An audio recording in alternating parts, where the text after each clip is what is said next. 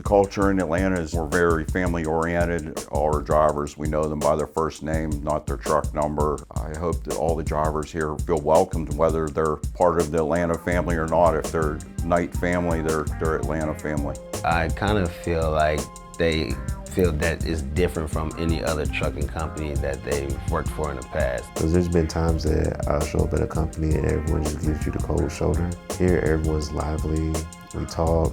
I do know for a fact that here, even though that we're extremely busy, we try our best to help everyone out, regardless of what terminal they're out of. They can approach us and talk to us about anything.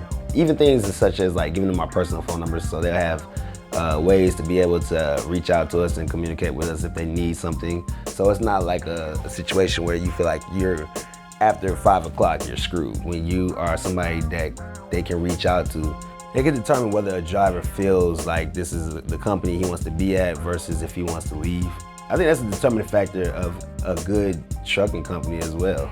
Here in Atlanta, we're dry and refrigerated. Altogether, it's about 121 trucks. Abilene shares the facility. Their drivers do have access to the parking lot and all the amenities here. We have a shop that's open Monday through Friday. It's fully staffed. Our drivers can drop their truck off while they're taking their home time, and it'll be repaired when they come off home time.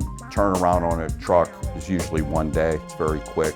This is my family. I love it here. I've never looked back. I've never updated my resume. I'm not on LinkedIn. I would never dream of leaving Knight.